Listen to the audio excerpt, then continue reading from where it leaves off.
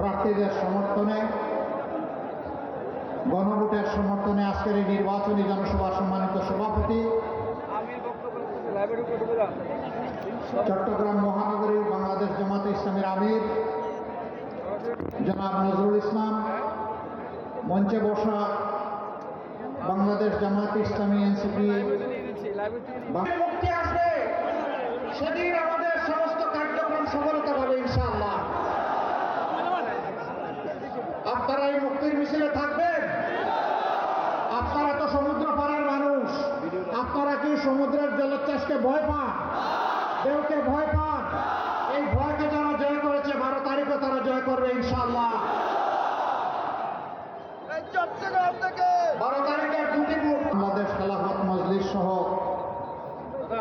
সকল 11 দলীয় নির্বাচনী পক্ষের কেন্দ্রীয় এবং স্থানীয় নেতৃবৃন্দ, বীর চট্টলার ভাই ও বোনেরা, শহীদ পরিবারের গর্বিত সদস্যবৃন্দ, জুলাই যোদ্ধাবৃন্দ, প্রশাসনের সম্মানিত সদস্যবৃন্দ এবং আমার সাংবাদিক বন্ধুগণ, আজকে সকাল থেকে শুরু করে এই অঞ্চলে আপনাদের সামনে এটি আমার 5বার হাজির হওয়া। আমরা মহেশখালী থেকে শুরু করে এখানে এসে থেকেছি। দুটি কথা বলে ইনশাআল্লাহ আপনাদের করে কিছু আমানত রেখে এখান থেকে আমি আপাতত আজকের মতো বিদায় নিতে চাই। এই বাংলাদেশ আমাদের প্রিয় জন্মভূমি। এই জন্মভূমির প্রতি ইঞ্চি মাটির পাহারাদারি করা আমাদের দায়িত্ব। এর আধা ইঞ্চি মাটিও ইনশাআল্লাহ আমরা কাউকে দেব না। জুলাই যোদ্ধারা বলেছিল জীবন দিব, জুলাই দিব না। আমরা তাদের সাথে সুর মিলিয়ে বলতেছি জীবন দিব, মাটি দেব না। কোনো আধিপত্যবাদ আর বাংলাদেশে মানা হবে না। বাংলাদেশ স্বাধীন দেশ হিসাবে মাথা উঁচু করে দাঁড়াবে ইনশাআল্লাহ। আমাদের যুব সমাজ তারা প্রমাণ করেছে দেশের যে কোনো মর্যাদা রক্ষার জন্য বুক চিতিয়ে লড়াই করতে তারা সর্বদা প্রস্তুত। চট্টগ্রাম মহানগরী শুধুমাত্র বন্দর নগরী নয়, শুধুমাত্র বাণিজ্যিক রাজধানী নয়, এটি এক সুদীর্ঘ সংগ্রামী ইতিহাস আর প্রতিরোধের রাজধানী। বাংলাদেশে 71 সালে স্বাধীনতার ঘোষণা এখান থেকেই হয়েছিল। আপনাদেরই এক গর্বিত সন্তান সবার আগে চিৎকার দিয়ে বলেছিলেন উই রিবন। তিনি হচ্ছেন এলডিপির সম্মানিত সভাপতি ডক্টর কর্নেল অলি আহমদ বীর বিক্রম। জিয়াউর রহমান সাহেবকে হাতে ধরে সামনে এগিয়ে নিয়ে গিয়েছিলেন। চট্টলাবাসী আপনাদেরকে স্যালুট। এই গর্বিত ইতিহাসের আপনারাই সূচনা করেছিলেন। কেন? তিনি আজকে আক্ষেপ করে বলেন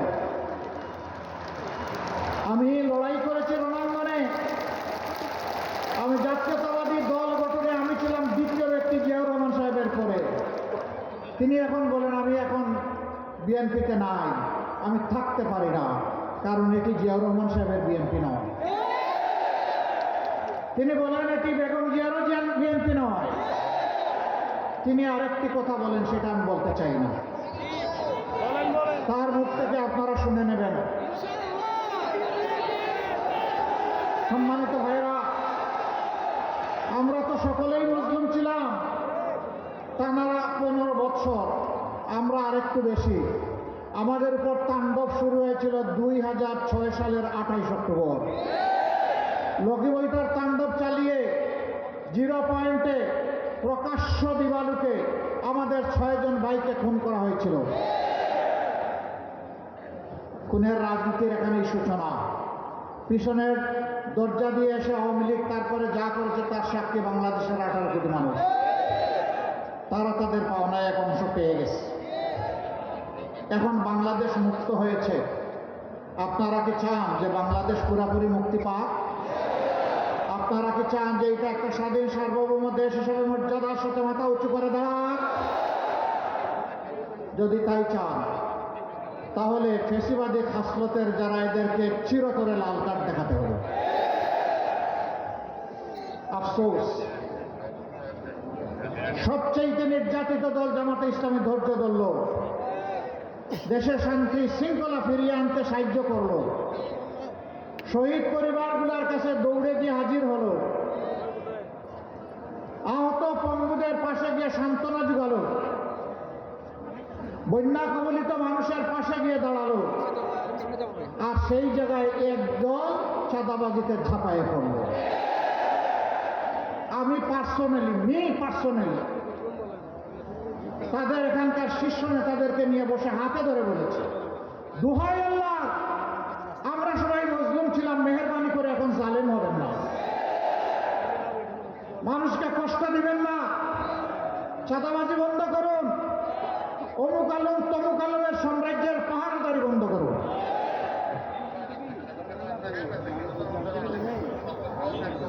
এখানে ওখানে বিভিন্ন জায়গার দখলদারি শুরু হয়ে গেল। এই দখলদারি করতে গিয়ে নিজেদের 234 জন মানুষকে নিজেরাই মেরে ফেলল। এরা বাংলাদেশকে কি দিবে? ওই 28 সালের 28 অক্টোবর যে বার্তা দিয়েছিল আওয়ামী লীগ ক্ষমতায় আসার আগে, আজকে একই বার্তা দিচ্ছে এই দলটি। সেই দলের নেতাদেরকে বারবার অনুরোধ করা সত্ত্বেও তারা শান্তির পথে, মানুষকে সম্মান, মানুষকে ভালোবাসার পথে তারা আসছেন না। এখন তারা লেগেছেন আমাদের পিছনে, আমাদের মা বোনদের পিছনে। এখানে একজন বোন বলে গেছে তাদের কিছু বৈশিষ্ট্যের কথা। তারা মা বোনদের গায়ে হাত দেয়, তারা হুমকি দেয় কাপড় খুলে ফেলবে। এরা কি মায়ের পেট থেকে জন্ম নেয় নাই? এরা যদি মায়ের পেট থেকে জন্ম নিয়ে থাকে তাহলে এদেরকে অনুরোধ করব, প্রথম তোমার মাকে সম্মান করো। তুমি যদি তোমার মাকে সম্মান করতে জানো তাহলে গোটা বাংলাদেশ এবং বিশ্বের সমস্ত মাকে তুমি সম্মান করতে পারবা। আর তোমার যদি সেই পারিবারিক শিক্ষা না থাকে তাইলে তুমি মানুষ নও। এটি আমার কথা নয়, এটি আল্লাহর কালামের কথা। কালানাম বালহুম আদাল্ল। এরা 4 পায়া জন্তুর মতো, বরঞ্চ তার চেয়ে নিকৃষ্ট। আমি কেন এর প্রতিবাদ করি? এখন আমার আইডি হ্যাক করে আমার নামে এত জঘন্য একটা বিষয় চালিয়ে দেওয়া হয়েছে। এখন বলবেন যে আপনার এই কলাটা খাইল কে? ঠাকুর করে কে রে? ওই কলায় অর্ধেক কামড় দিয়ে বলে আমি কলা খাই না। হ্যাক করেছে হ্যাকার, তাও আলহামদুলিল্লাহ ইতিমধ্যে আবিষ্কার হয়ে গেছে কারা করেছে। এখন ওদের পিছনে কোন কালো হাত আছে সেটাও আমরা আবিষ্কার করবো ইনশাআল্লাহ।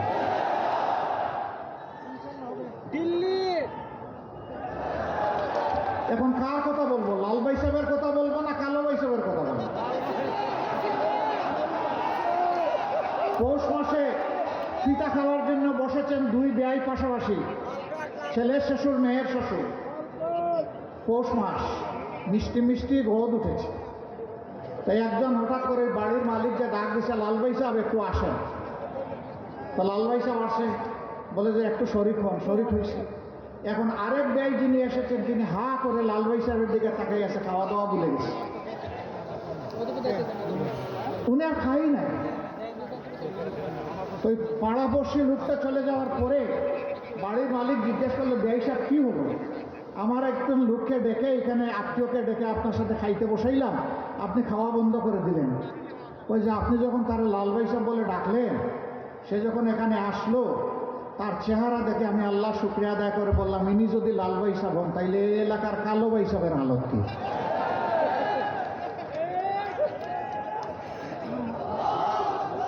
এখন কিছু লোক তারা এখন নিজেকে লাল ভাই সাহেব হিসাবে উপস্থাপন করতে চায়।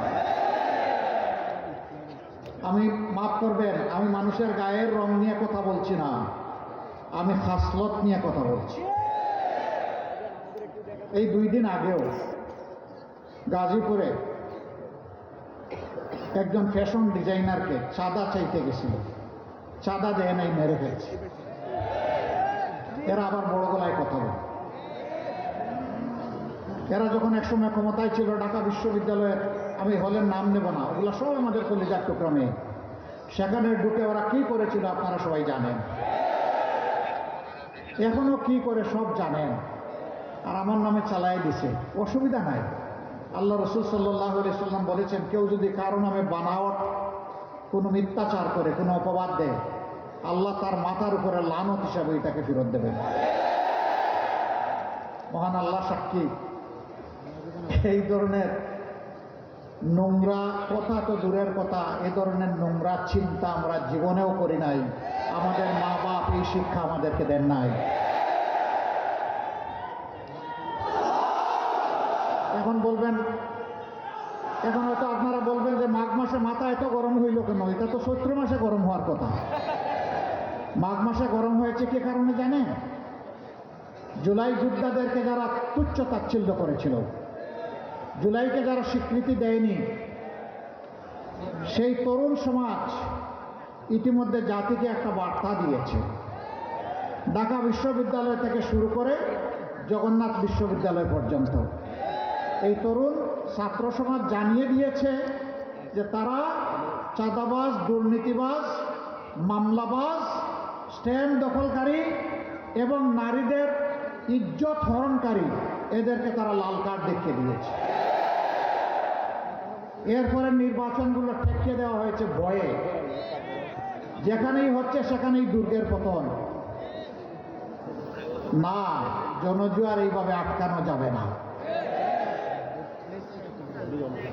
তাদের মাথা গরম হয়েছে। আজকে মায়েরা তাদের ইজ্জতের ওয়ারেন্টি হিসাবে তারা মনে করে আমরা যারা 11 দল এখানেই তারা নিরাপদ।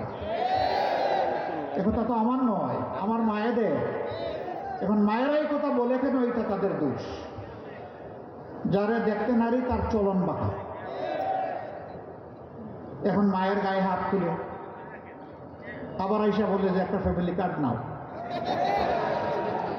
এক হাতে ফ্যামিলি কার্ড আর এক হাতে মায়ের গায়ে হাত। রাখ তোদের ফ্যামিলি কার্ড। আমার মায়ের মর্যাদার চাইতে ওই ফ্যামিলি কার্ড নস্যি।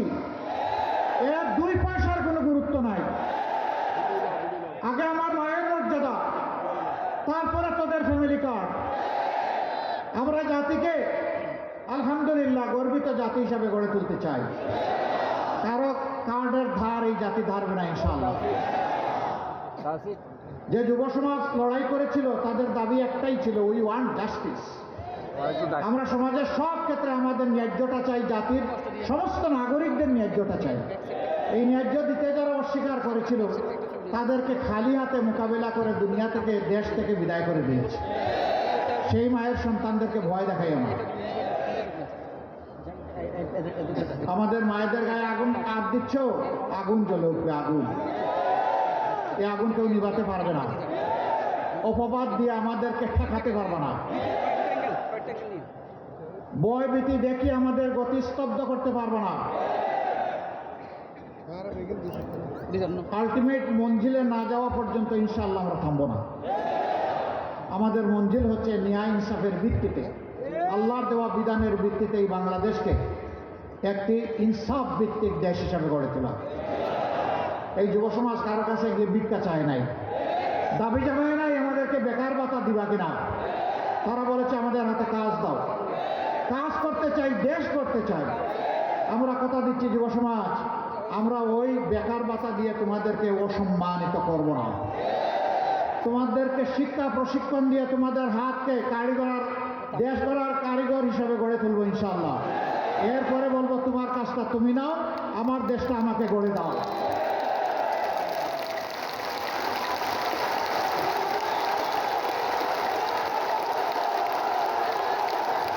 আমরা বাংলাদেশ নামের একটা উড়োজাহাজের ককপিটে ক্যাপ্টেন হিসাবে এই যুব সমাজকে বসিয়ে দিতে চাই। সেই উড়োজাহাজের প্যাসেঞ্জার সিটে আমরা বসে থাকতে চাই। এরা এই উড়োজাহাজ চালিয়ে জাতিকে সামনের দিকে নিয়ে যাবে। অতীতের কাসুন্ড টেনে এই জাতিকে আর বিভক্ত করতে দেওয়া হবে না ইনশাআল্লাহ। ধর্মে বর্ণে কোনো ভেদাভেদ আমরা আর চাই না। সকল ধর্মের মানুষ মিলে এই দেশকে আমরা ফুলের বাগান হিসাবে সাজাতে চাই। সকলের জন্য আমরা নিরাপত্তা নিশ্চিত করতে চাই। বিশেষ করে মা বোনদের জন্য তাদের গৃহে চলাচল তোলে, ইনশাআল্লাহ আমরা আমাদের সকল শক্তি দিয়ে নিরাপত্তা নিশ্চিত করব। মায়ের মর্যাদায় মাথার উপরে তাদেরকে তুলে রাখবো ইনশাআল্লাহ। মায়ের মর্যাদা দিব না, জান দিতে প্রস্তুত থাকবো। প্রিয় দেশবাসী,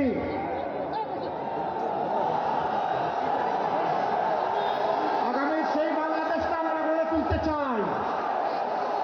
আমি আপনাদেরকে সাক্ষী রেখে চট্টলার এই উন্মুক্ত ময়দানে আজকে ঘোষণা দিচ্ছি, আমি জামাতে ইসলামের ছোট্ট এক দায়িত্বশীল, কিন্তু আমি জামাতে ইসলামের বিজয় চাই না। আমি এদেশে 18 কোটি মানুষের বিজয় চাই। 18 কোটি মানুষের যে কয়টা ভোট? একটা ভোট হচ্ছে জুলাইকে বুকে আঁকড়ে ধরার জন্য হারাবো। জুলাই আসে তো 26-এর ইলেকশন আছে। জুলাই যেখানে নাই, 26-এ কোনো নির্বাচন নাই। যারা জুলাই মানে না তাদের জন্য আবার কিসের এখন নির্বাচন? যারা জুলাইকে ঐতিহ্যের সাথে বুকে ধারণ করে ভালোবাসা দিয়ে শ্রদ্ধা দিয়ে নির্বাচন তাদের জন্য। হ্যাঁ, ঠেলা খাইলে নাকি বাবাও ঠিক হয়। ঠেলার নাম বাবাজি আছে না? প্রথমে না আমরা মানি না, না ভোট। এখন